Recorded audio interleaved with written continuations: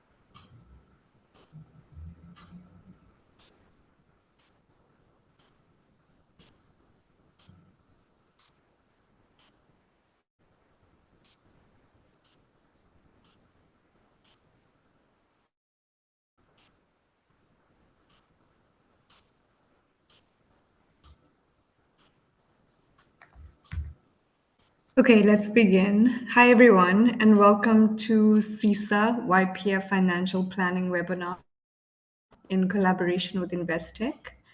Thank you all for joining today's session. So we thought as young professionals that it is really important to be able to understand your finances, and financial management strategies are really important as young professionals and as we grow and develop within our professional career. It's not something that we typically learn in school or university, and it's more self-taught. So we wanted to be able to share some insights by our speakers today from Investec. So just looking at our program, I am Tiasha Naidu, a CESA YPF KZN member, and I'll be doing an introduction. Then we have Narvashni Rajkumar, who is an Investec financial advisor team lead that will be speaking. We will have a Q&A session where we'd be able to answer questions that you may have. And then we have Mishka Hussain, which is our CISA YPF KZN chair that will be closing off the session. So we'd also like to thank some of our sponsors, with Investec being one of our main sponsors for these events. And then diving straight in. So why does financial planning matter to young professionals such as ourselves? It helps us to plan for uncertainty, looking into South Africa's and globally how the economy is changing rapidly. So you'd want to start retirement planning, investment planning early on so that you don't feel overwhelmed. It helps you grow your wealth from today. So looking at how you can build professional, lasting wealth through compounding and investing. It helps you balance the now versus the later, so the long versus the short term finance strategies, such as how do you balance your lifestyle today while still being able to save for your future goals, whether that's starting a family, traveling, or buying your first home. So it helps you to feel confident and empowered. Understanding your financial knowledge empowers you and gives you control and independence over your money journey. So I'll introduce Narvashni Rajkumar. So she is known for empowering her clients through education and tailored financial strategies to build a solid financial foundation. She's able to simplify complex financial concepts to promote confidence and financial literacy. And she's an active community advocate where she uses storytelling to help inspire financial awareness and long term wealth.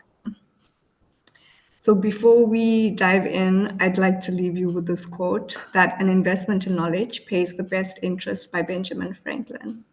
So I will hand over to you, Narvashni.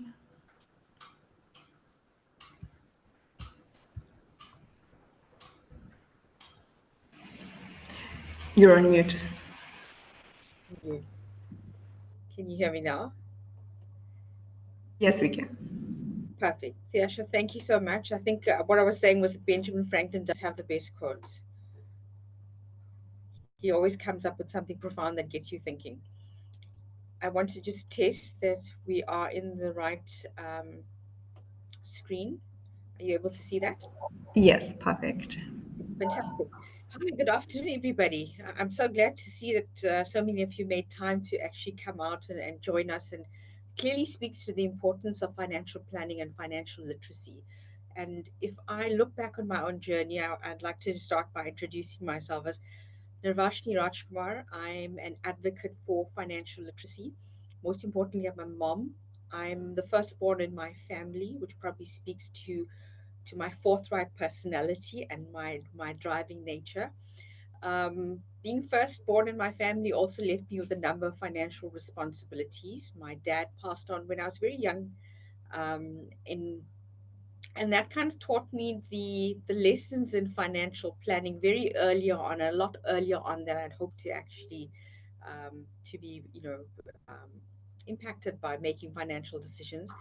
And those experiences have actually driven me to this point where wherever I get the opportunity to speak, educate anyone about financial literacy and making the right financial decisions, I'm very much first in line to actually do that. So today what we're going to start with is Investec Bank has a financial planning division, a team that sits under the private banking wing, and our financial advisors, see to clients that range from very much young professionals like yourselves to entrepreneurs with billion rand balance sheets and multiple assets around the world and trust. So we do cater to a wide range of clients, and hence we're able to understand and unpack what your needs are, because we clearly have a good track record of dealing with professional people. And we are going to be speaking about decoding the 101s of financial planning today. And I think when I look at our tagline, on your side in life and investments, and we do offer a very specific proposition, and you'll see why by the time we finish. I also want to disclaim that this isn't financial advice. It is merely for education purposes, and it should not be construed as financial advice. Happy to have a one-on-one conversation with you at another stage where we can speak about your specific needs and your specific profile. But this should not be considered as financial advice. So let's start.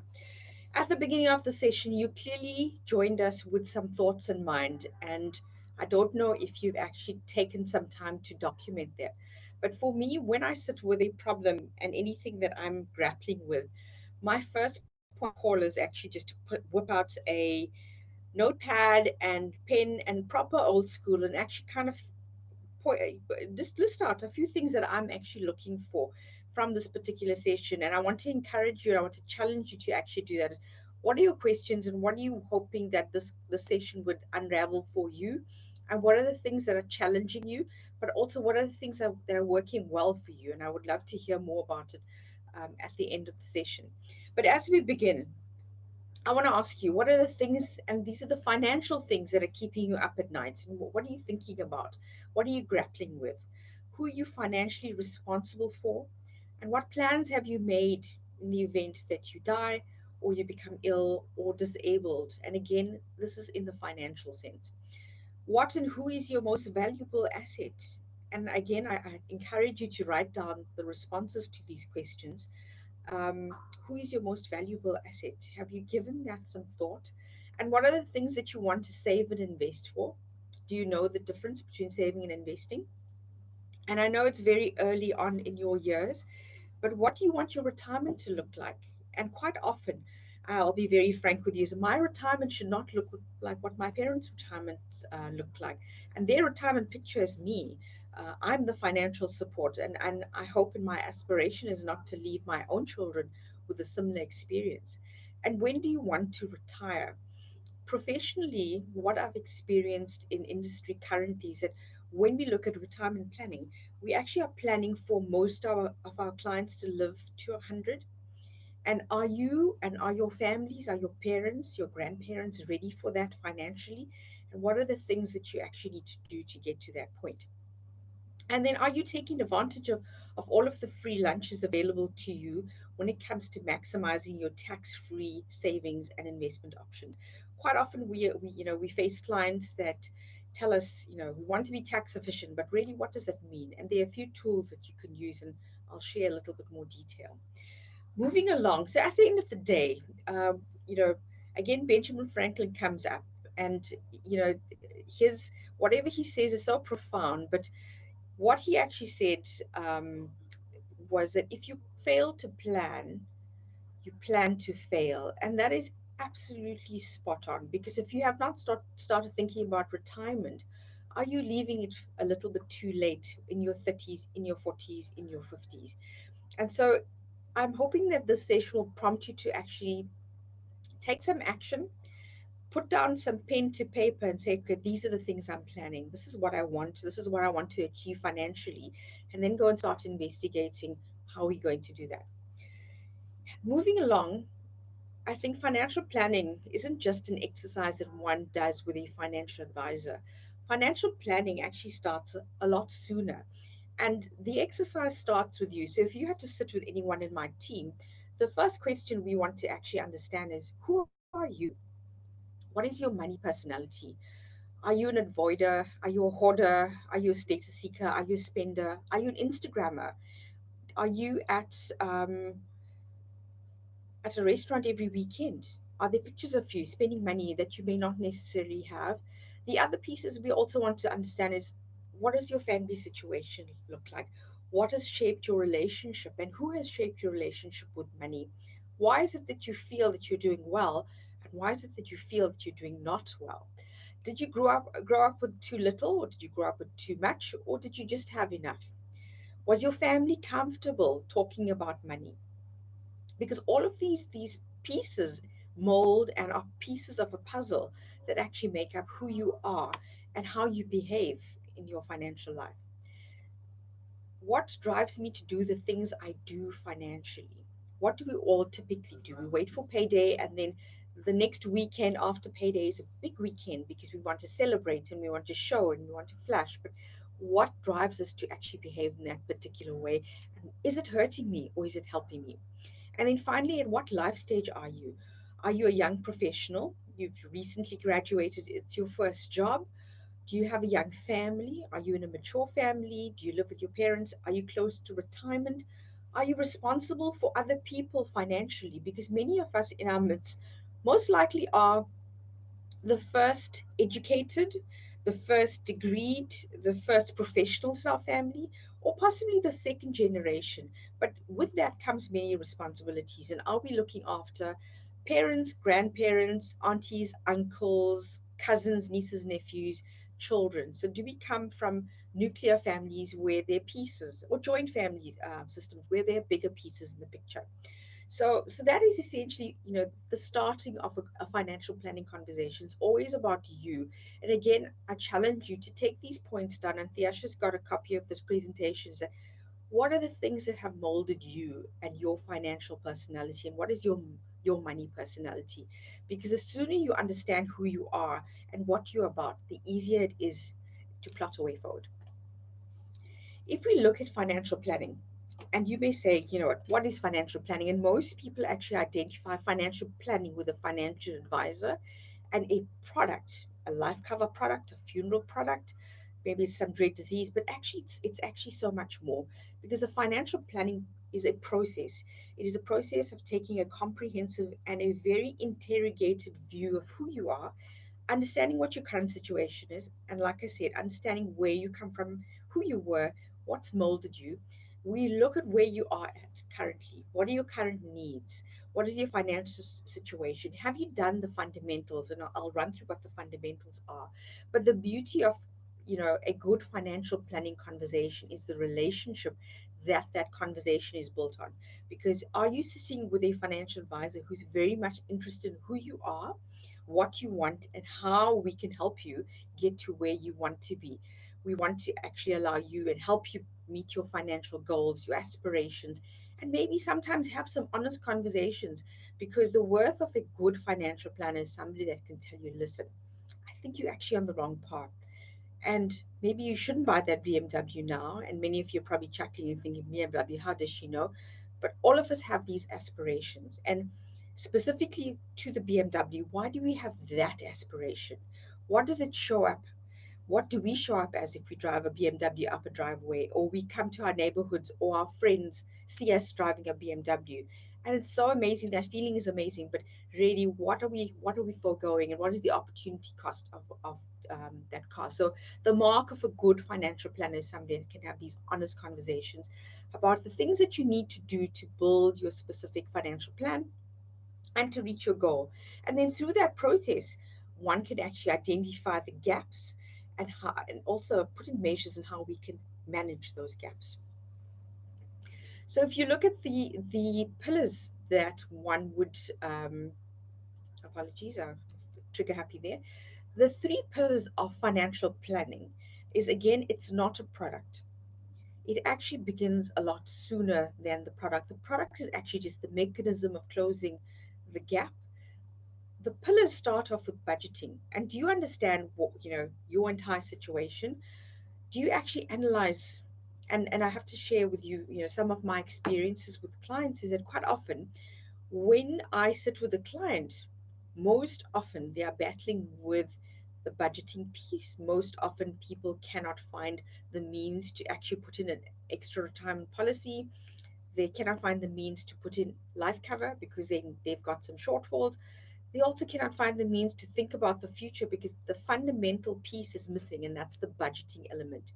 And budgeting is actually the process where you analyze your current financial situation. It forms a very clear picture. It's not even a puzzle, it's a clear picture of your current finances.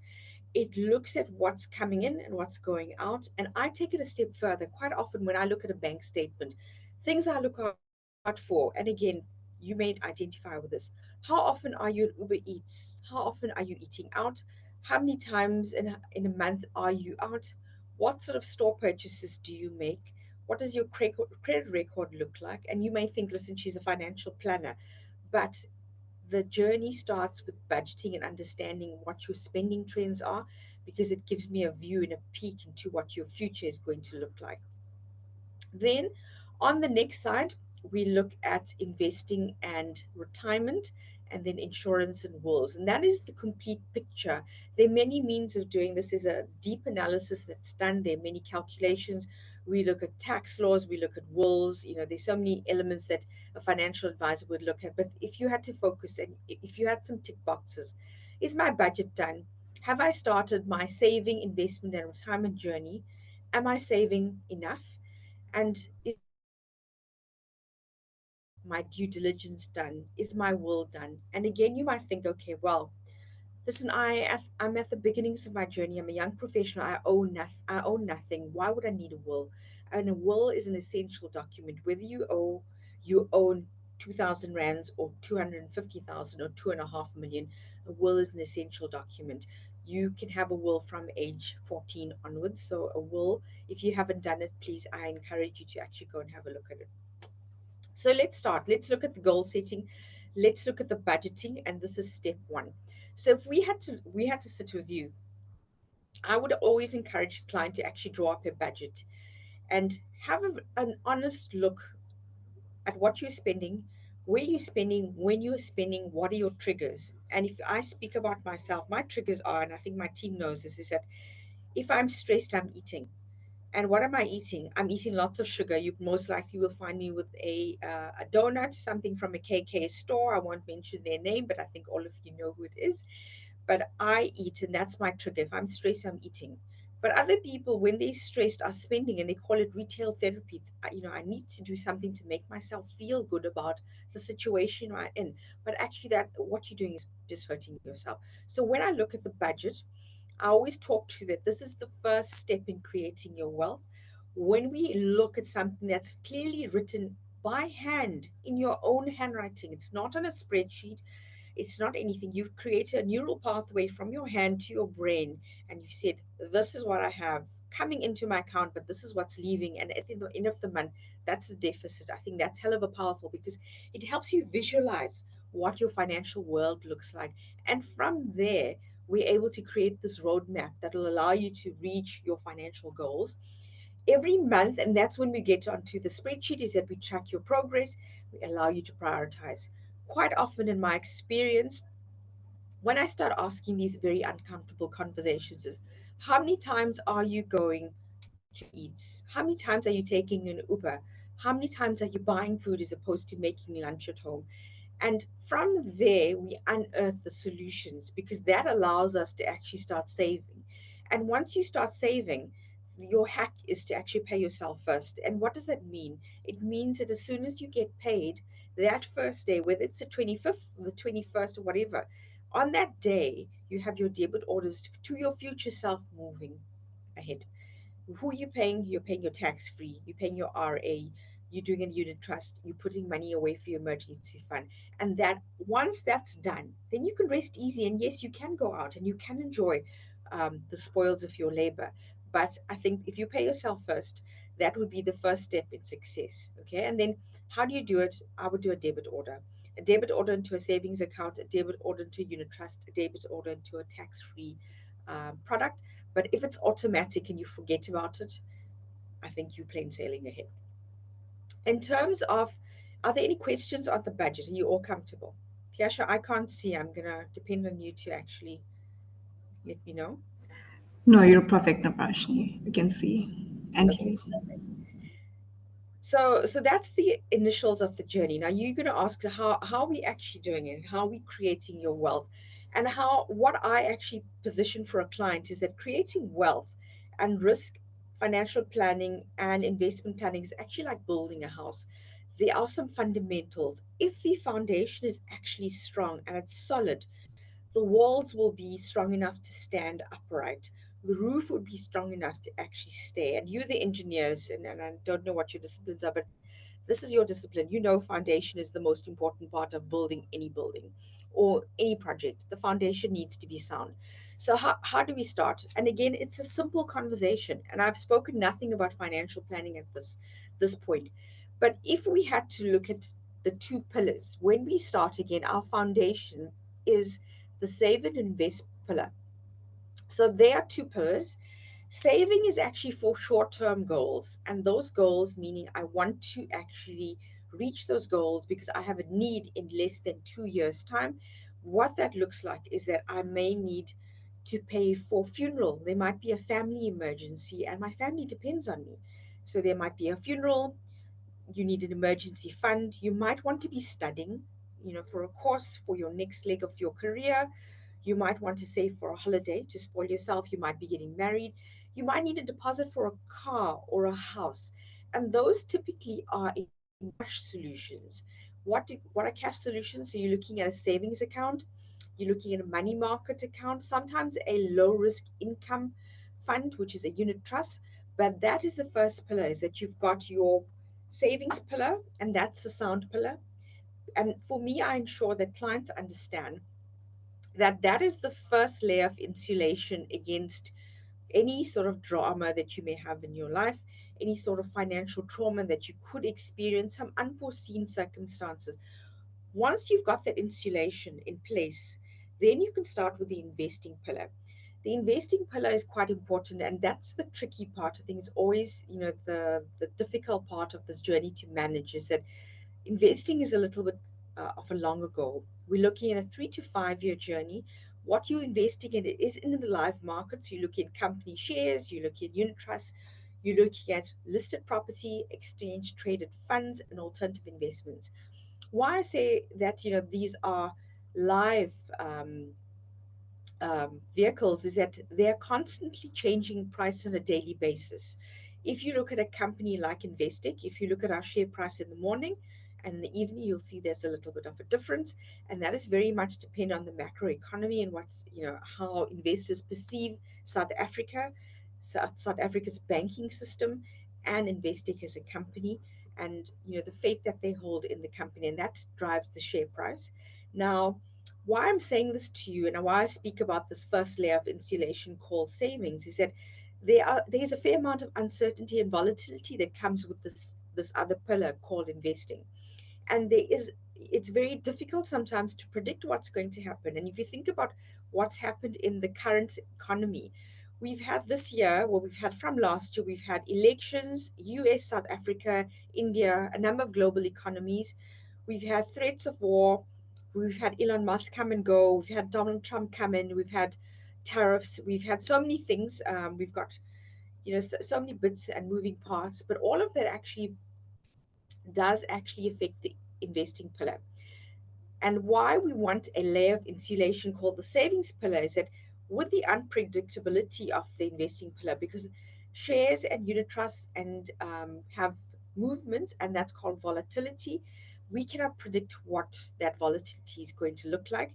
If you've got an emergency and you want to actually draw out of your investing pillar, you might find that the value of that particular pillar may not be optimal.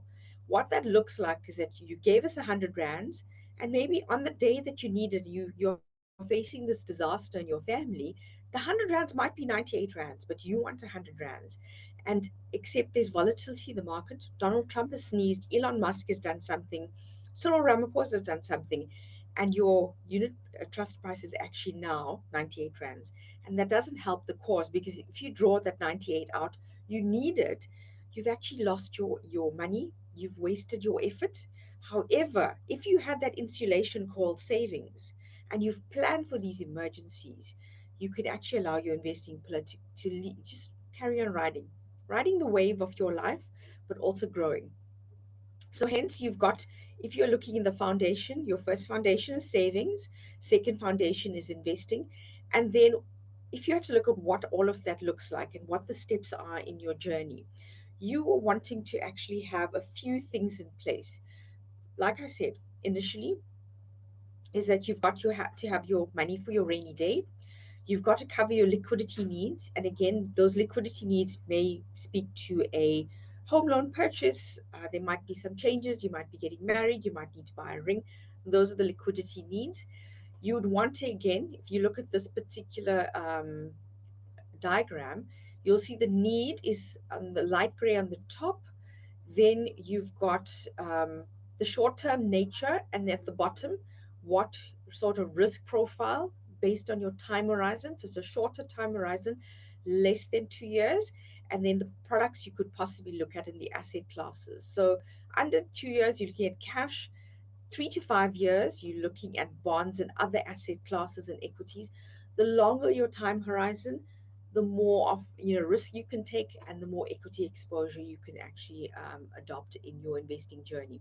So when we look at your investing journey, we look at a few things: who you are as an investor, what is your risk profile, what is your time horizon, what are you wanting to achieve? Because your time horizon also tells us that it's time for, despite the movements in the market, there is time for us to actually rebalance. And the market may not necessarily look great now. The funds are good, but the macroeconomy is against us and the tide is against us. But if we stay in for a longer period of time, the likelihood of us actually building something meaningful is very strong. As I mentioned, it is important to match your goals to the appropriate planning strategy and investment vehicle. And I think this slide breaks it down nicely, and you will have a copy of it, in terms of what you are looking at.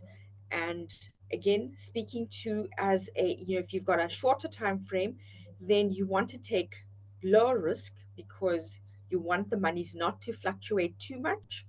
And if you are if you are sitting with a higher and a longer time frame, then you can take on more risk, you can take on more equities, and also the chances of you achieving a greater return, because you've got a longer time horizon and you've got more time in the market, most likely would bode well for a better return. And that's when we say, you know, high risk, high reward, and that's essentially what we speak to.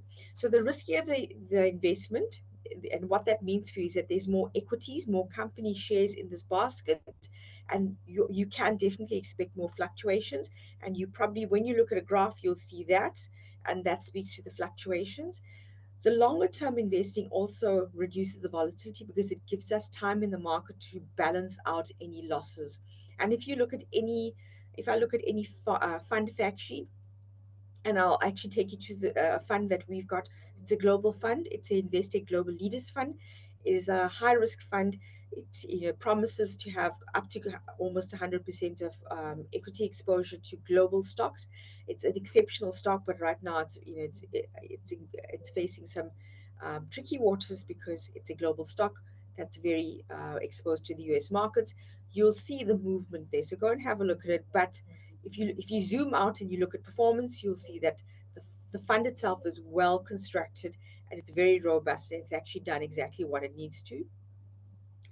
So we've spoken about that, and then we want to actually start, just move on to risk profile. Again, if you are, you find that you are a nervous investor, allow your advisor to speak through your risk and what it actually means for your investments.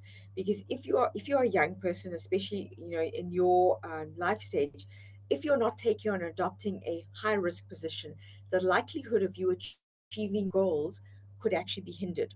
And the way I picture and I position it with clients is that if you're going to an overseas destination, hypothetically, you want to go to Cairo today, you could walk there, and so you certainly can, you would get to Cairo at some point, but maybe in a year or two, you could take the train there, and again, you could get there, but it could take you maybe a few days. You could fly there, and flying could be the mechanism that actually gets you there the fastest. And it's the same with investing, is that what is the route that I could take to get to my destination the quickest? And I encourage you to actually speak to a professional, and I'm hoping some of you do bank with Investec and you can talk to our team, is that allow somebody to talk you through this, because this is not an easy piece to navigate if it's your first ride at the rodeo. Moving on to investments, if we had to look at protecting your wealth and planning for your retirement. And again, you might think, listen, it's very early, but I want to encourage you, if you are in the arena of 23 years old, plus minus, you should be saving close to 17.5% of your gross salary every year in retirement savings. You would then take on a moderate to high risk approach. So that's something that you want to note. And that will ensure And I hope you will remember me when you retire, because that will ensure that you actually retire well and you've got the means to enjoy retirement. A little bit about retirement is that we are governed by the Pension Fund Act.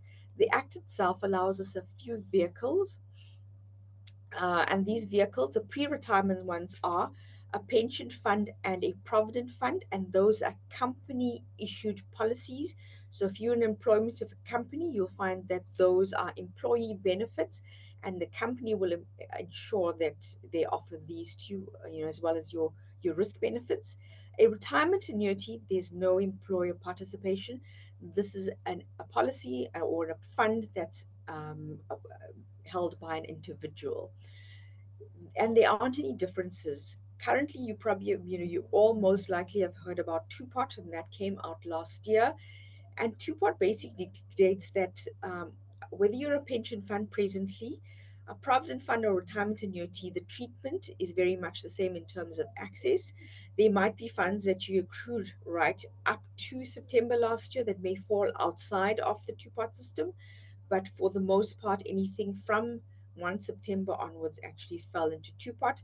And hence, what that means is that whether you're in a pension fund, a provident fund, or a preservation fund, or even a retirement annuity, the tax treatment and the access is very much the same. But again, that is another conversation for another time. A retirement fund, if your company does not offer you a provident or a preservation fund, what you should be doing is actually setting in place two things. Is one, a retirement fund, and then we'll talk about the tax free in a second. But this is a personal pension policy. It does also qualify for all of the tax rebates and the tax deductions that any pension product would allow you, and you can claim up to 27.5% of your total annual income. That's capped at 350%, 350,000 rands as a tax deduction. These funds can only be, so the RA can only be accessed at age 55. The pension and provident funds, depending on when you started them, you could have an access to some of those funds, or alternatively when you retire or when you resign from the company you're in. And again, you might think about, why are we talking about it? But often what I find is that people leave this exercise for very late in their lives. I've spoken to a number of people in their early 50s, sometimes in their 60s. They're professionals that have, they've had meaningful lives. They've had they've had, I think they've supported their families, they've educated children, they've owned homes, they've done the holidays, but they reach this point in their life when they actually haven't done anything meaningful when it comes to retirement savings. And I want to encourage you, and I want to challenge you to actually start focusing on your retirement journey from this particular point um, in your time, because you'll find that as one ages, medical care, the cost of living, particularly in South Africa, is incredibly expensive, and it's something that you're not wanting to leave untouched for too long. So you want to actually build, your nest egg by some means or the other. Moving on to the next part of your strategy, you want to also look at the protection, and this is the roof of your plan, the roof of your house, called financial planning. And who is the golden goose that lays the egg, and what is your greatest asset? I'm not going to ask because I can't see who's going to answer, but your greatest asset is you and your ability to earn an income. And that's what risk planning is actually about, is that it protects the golden goose that lays this egg. The person that's generating the future income is you, and you are your greatest asset. And that's the one thing that you want to protect the most with your dear life.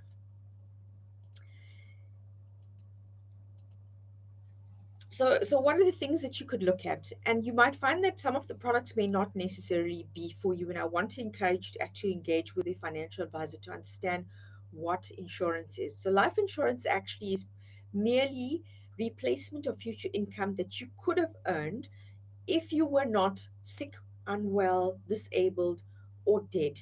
Okay, and that's what life cover is. It's future earnings I could have earned, but I am no longer, and life cover now closes that gap for my responsibilities that I leave behind. And these are my financial responsibilities. It may be debt, It may be dependence, so maybe there's somebody that you take care of financially. It could be taxes, because on death it doesn't remove our obligations as taxpayers. There might be some taxes that sprout from your estate. And you might have a business venture, and you may want this business to continue, but without it, there might be some hindrances on your income or the company's income, and hence we'd suggest some legacy planning for the company. But these products are enablers, and they close the gaps on any income needs and capital needs that you may have based on your situation. Some of the elements that you should be looking at would be life insurance, and you're looking at life cover, funeral cover, disability, income protection, severe illness, and at a later stage, you could look at legacy and estate planning. And then the short-term needs is that how do you actually prevent a huge catastrophe financially? Because whether it's replacing a stolen car, a blown tire, or some other disaster, insurance is a must. So your car insurance, your household insurance, your contents. What about medical aid, hospital save, and full medical aid cover, gap cover? And these are the things that are your safety nets. They actually keep your picture intact and allow you to continue with your life. It allows your family to continue from beyond this picture of disaster. Then we look at the function of each cover, and I think I've run through this, so I'm not going to go into this in depth. But life cover again replaces loss of income and settles outstanding debt. It protects your loved ones from financial impact. If you've got a home loan, you want to look at mortgage protection cover, and each one would obviously be suited to your need. Quite often you'll find advisors that just sell you a random amount in life cover, and you may be surprised to know that actually your life cover, it's a formula, and that formula is anything between 12 to 20 times your annual salary. Or alternatively, if you don't have income needs or debt or loved ones, then you don't need as much as 12 to 20 times in life cover. Mortgage cover should settle your house in the event of you dying, and if it's a family home, you want to make sure that your family has continuity and a roof over their heads. Then you want to make sure that again you are the golden goose that lays this egg called employment and salary. You want to make sure that your income is continued, and if you're unwell, whether you're unable to come to work for 10 days, 20 days, 100 days, if you're disabled, and disability looks like, it could look like you being in a wheelchair, or it could look like a stroke and you're afflicted, you aren't able to speak, or you disability could also mean I've broken the hand that I now need to craft my plans on. And or if you're a surgeon and you've actually broken the hand that you used to operate on, that's considered disability. The rest of you is functioning, but I can't use his hand. And hence what we would do is suggest that you have income protection, lump sum disability cover. And then severe illness cover again should be 1 times your annual salary, and that would cover anything outside of your medical aid cover. If you have to think about a condition like cancer, it is common that we have clients in their 20s that are diagnosed with cancer. The cost of treating cancer could be anything from 10,000 rands to R1,000,000. And you might find that your gap cover and your medical aid may not necessarily offer that, and hence you want to put in an element of severe illness cover. The other piece is that look at your family history. Do you have an adverse family history? So were parents diagnosed with conditions very early on? I would then encourage you to actually look at putting these covers also earlier on in your life. You'll find that the cost is a lot more feasible at this point in time. At every point in your life, and again, what we look as your life stage, and we look at life stage analysis, and I think we mentioned this earlier on, is that are you a young professional? Because if you're a young professional, the little box here tells us what your life risk needs are going to be, and that looks at income protection, disability cover, severe illness cover, mortgage cover. However, if you are in a young family, you might find that you need more life cover than you would have had when you were a young professional. If you were an empty nester, or maybe you've got school age children, you might find that the needs in terms of the quantum, the rand value of benefits actually is a little bit more. And Happy to have these conversations with you and unpack this particular graph. But we run a life stage model, and what that means is that we offer you cover based on your needs. We don't sell you cover. And I think that's what, the beauty of dealing with an investing financial advisor. A few points is that if I had to look at this to-do list I've given you, so I've given you a few points to think about, is that every year you should actually be sitting and asking these questions to yourself. Sit down with your journal and say, what I want, where am I going, what are my hurdles, what are the rocks I need to overcome, what are my mountains, what are the challenges, what does the budget look like? Because if you are seeing your doctor for your annual health check, if you are taking your car for a service, why are you not doing an annual wealth checkup? Because this is what you should be doing on every point of your journey in your life going ahead from this point. Actually, you should have started before, but of course, you hadn't met all of us. But if you are taking your car for a service, if you are going to gym on a regular basis, why aren't you looking at the other part of your life? And this is your financial health. Because the only one that can remedy this is, number one, a good financial planner, and number two, you and this budget and a goal and a picture of where you wanting to go to. So whether you're starting a job, you're starting a business, you're coping with divorce, you're funding children's education, starting a new job, changing jobs, please sit and speak to your financial advisor. Do that review once a year, twice a year. I think you'll find that you are always going to be in a stronger position if you are disciplined and you're committed to the journey. And if any one of you have read the book Atomic Habits, it's all of the little changes that actually bode to success in the long term. So put away 100 rands, put away 1,000 rands. 1,000 rands becomes 1.5, becomes 2,000, becomes 3,000. But get into the habit of putting that amount away every month, every year, looking your tax free, every year looking at your retirement planning, because that can only mean success in the long term.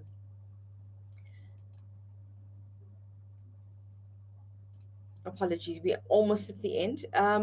Importance of having a will, and I think if you look at South Africa, we've got some specific laws that actually deal with the distribution of your estate.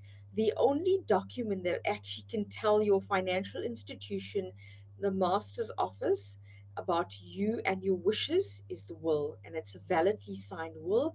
It actually speaks to what your wishes are in death and in life, how your assets should be distributed, who your beneficiaries are, and to what extent you want your assets to be distributed to these people. It also allows us to wind up your estate timelessly. I say us, but your executor. There's no delays in your beneficiaries receiving what's due to them. If there's income and if your family is dependent on you, you will find that on death, your account is frozen. And that means that your family may not necessarily have access to income if your bank doesn't have this valid will. So the will is a crucial document. And of course, dying interstate means so many things. It means that people that you may not have intended to receive your funds may actually be bequeathed, and that's just the way the law works. So I would want none of you to actually die interstate. It allows you to nominate an executor. An executor, again, is somebody that you would trust to actually unravel your wishes and your estate. So a will is an important document. If you are banking with Investec, we do have a free will on our platform. If you are not, any of the stationery stores would offer you a very simple will. I strongly suggest that you go and get one signed if you don't. And then lastly, I think for me, it's quite important. I think one of the slides I didn't share is that when you look at who you are dealing with, as much as you're grappling with all of these decisions, I think it's important that you deal with the right financial advisor and the right investment house, because you need to know that this person is giving you and impartial advice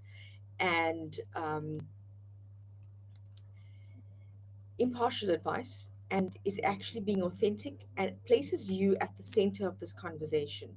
And I think if that's the one thing I want to leave you with, is that when you choose your journey, find out what your goals are, who you are, find the person that you can align with that understands your journey and is also able to challenge your thinking and is not just there to sell something to you. The other piece is that you want to make sure that you also have transparent fees and you understand your journey ahead. You want an advisor to leave an enduring impression and to empower you to actually make the sort of decisions that you want for your future. And I would hope and I encourage all of you to actually look at the investing proposition, because from the banking side to the financial planning side, I think it's a very robust proposition. We understand where you are and where you're going, and we're very happy to help you build this journey forward. I have shared some resources. There are some articles on the Investec website and podcasts that I would like you to go and have a look at, and I'll put these links in. If you're wanting to contact us, Thiasha's got our details here for the Durban team. Otherwise, you can go to our team in Johannesburg and they will connect you with us. But I hope that you found that very useful. I certainly always enjoy presenting this to an audience. I think there's so much more that we could actually speak about, but I think this is, the fundamentals and the beginnings of building this strong foundation. I want to encourage you not to leave it for much longer if you haven't started. I want you to cross question, think about it, sit with your script, and if you need help, please feel free to contact us. Thank you. Thank you so much, Nirvashni, for that insightful presentation. I'm sure many of us are walking away today with a clearer understanding of how to make how to take meaningful steps towards better financial wealth.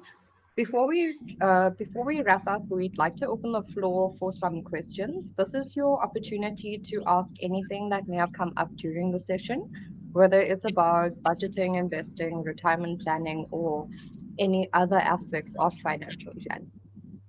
So I'm just gonna go to the questions and answers, and I see that we have two questions already.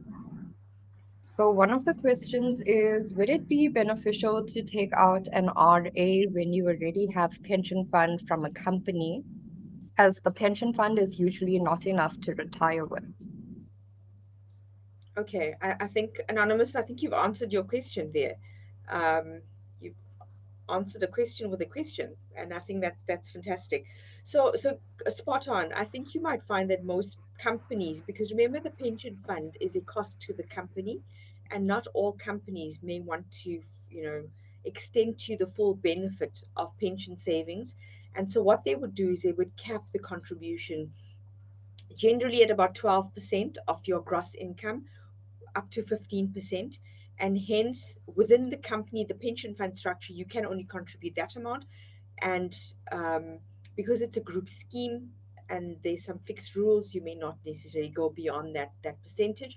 Then you would definitely want to take the retirement annuity. I think you want to also plug in a tax-free savings product to that as well for retirement savings. So definitely RA and a tax-free investment needs to be plugged into that combination. Are there, next question, if you don't mind, are there any hidden costs with drafting a will? No, they are not. If you, on the Investec website, if you're a client of ours, the will template for a young individual is free. We do not charge you for that, and we also do not ask you to nominate us as executor. You'll find that there are many companies outside that offer free wills, but what they do is they nominate themselves as executor, and then they do help themselves to 4.025% of your estate. And if it's R1 million estate, that's about 40,000 rands that will leave to the executor. But you could always nominate an attorney to do that and negotiate the fee. That attorney would charge you anything from 1,000 to 1,500 rands to draft a will. They would then also go and have the will lodged at the master's office, and that kind of validates the will. And there's a will that your family can actually call on if anything happens to you.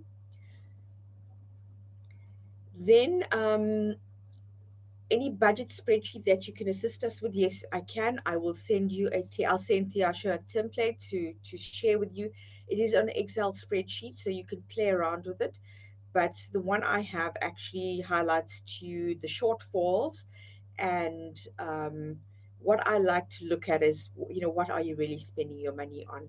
And you might not necessarily, have the eye, because you are in the moment. and you are spending all of these things, but you never, you know, I think when you're in the moment, you don't actually see the flaws. And that's where an independent person comes in and challenges your thinking and says, well, I know you're saying I've only got 1,000 rands for that RA, but listen, I can see that you're spending 2,500 rands on paddle events, and could you actually reel that back in so we can contribute to your retirement annuity? So yes, I'll send that through. Yes, I'm gonna send, Theasha's got a copy of the presentation, but I will send her an updated one. Next question is, as someone who is new to the work industry and new to earning a salary, which would be the more feasible method for savings for long-term periods, and which is the method for short-term?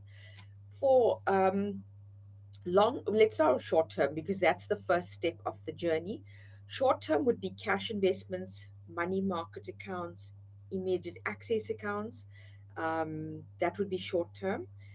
If you're an Investec client, it's called a Prime Saver product, and that would give you a good rate, close to 8%, but it allows you immediate access. For longer term, you're looking at a tax free product, a retirement annuity, and a unit trust. Okay. And those are the vehicles. However, the asset allocation would also, you know, it's a conversation that we need to have to understand you a bit better. But for long term, you would use something that's open to the markets. Um, Next question is that if you know your monthly income required at retirement or financial, is there a basic calculation to work out what figure that you would require at retirement? Yes, it's something called the 4% rule, and it's on Google. If you look at your annual expenses, so say it is um, 30,000 rands a month, 360,000 rands a year. You take 360,000 rands divided by 0.04, and that should give you, I think, about 12 million rands, if I'm not mistaken. I don't know if anyone's got. So 360 divided by 0.004, 9 million rands, and that is essentially the equation. Yes, we do use calculators to actually see where you are at in your journey, but ordinarily, I think at this stage in your life, if you are not a householder, it might be difficult to actually establish what you would really need at retirement. But I would even ask a parent or somebody that is at that life stage, listen, how much is it you think you need at retirement? If it's 50,000 rands, 50,000 times 12 divided by 4%, 0.04, and that's how much you should have at retirement. Or the 25 times your final salary, because you're wanting to cover 25 to 35 years after retirement in income. And I think that, thank you for your questions, everybody. The last piece I want to, No, Roshni, before we move on, I see that there are two questions in the chat. So one yes. is from Lita. Lita says, I need help. I'm based in Eastern Cape. I might need a financial planner, and Lita's asking you to kindly advise. Lisa, I'm not too sure if you're a client of the bank. Would you let me know? And if you maybe want to ask Tiasha for our details, but if you are banked with Investec, you have access to a financial advisor or a team. And we do have offices in the East London and PE. So we can certainly connect you with the individuals there. Okay, and Um, then Siddharth. Siddhant, yes. Do you suggest getting an RA or rather put some funds into a tax-free account? Is there any benefit of each? Is it too late to get an RA at 35 years? No, Siddhant, it's never too late. Are you 35 years? I'm assuming you are. You could do both. And again, depending on your budget and we a conversation, is that yes, you should start the tax free. You could do a debit order of 3,000 rands a month to that, or a once off of 36,000 rands. You know, if you get a bonus, maybe you split your bonus into your tax free. And certainly, yes, you know, if you are not contributing sufficiently to your pension fund, I would certainly look at an RA. And then in addition to all of that, you would want to actually put in a unit trust. You've got 30 years to change the position. It is never too late. It is just about being disciplined and sitting and running the numbers and plotting a way forward. um Letha, okay, fine, perfect. I will we'll talk. Maybe I'll ask if you could email Tiasha or Mishka, and Sorry, let's Vash. see. Yes, are you Hi, there? Oh, uh, Brett, hi. Brett's yes. bankers. Yes, Hi, everyone. So I am the banker. Obviously, Vash and I work closely together. So, Navashni and I do sit in the Durban office. However, what I can do is I'll put my details into the chat, just my email address as well as my phone number, and you guys can reach out to me. If you are in different regions, such as the Eastern Cape and stuff, I can put you in touch with.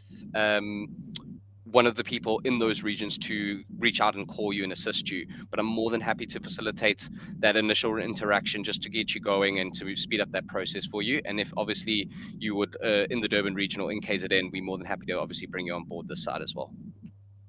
perfect. Thanks, Brett. Okay, I Okay, don't as have any we more questions, but I just want to close off, and I think this is just part of the education piece, is that when you are dealing with a financial advisor, you need to make sure that they are registered with the FSCA. Please do not buy anything off Facebook or any of the social media. Legitimate companies will never actually advertise for a client. You can send a message, but they won't sell you something, meaning they won't give you a link to go and apply for something online. So just look out for that. Forex schemes, if you find that there's an office or there's no office and there's no FSP number, please make sure that you could contact the FSCA, who governs all of the financial services industry, and you can verify the credentials of that office or that person. So please, it is very important that you have the best intentions. You want to trust somebody, you want to build something meaningful for yourself and your family, but there are many people out there that want to take advantage of you and take your money, and you never see them. So just be very mindful that you are dealing with the legitimate source of um, for your investing and your risk cover. And that's it from my side. Thank you, everybody. Thank you, Nirvashni. As we begin to close, I'd like to sincerely thank everyone for attending today's session on financial planning. Whether you're just starting your journey or refining your long-term strategy, taking time to engage with your finances is one of the most empowering decisions you can make. A special thank you to Nurvashni and her colleagues today for sharing their time, experience, and practical advice. It's not always easy to talk about money, but conversations like this help demystify the process and give us the tools we can actually use. We'll be sending a follow-up email with a link to the recording of the webinar and any relevant material that was shared today. On behalf of our entire team, thank you once again. Stay safe, stay informed, and here's to making confident, well-informed financial decisions. Have a great day. Thank you. Thanks, everybody. Thank you, Mishka.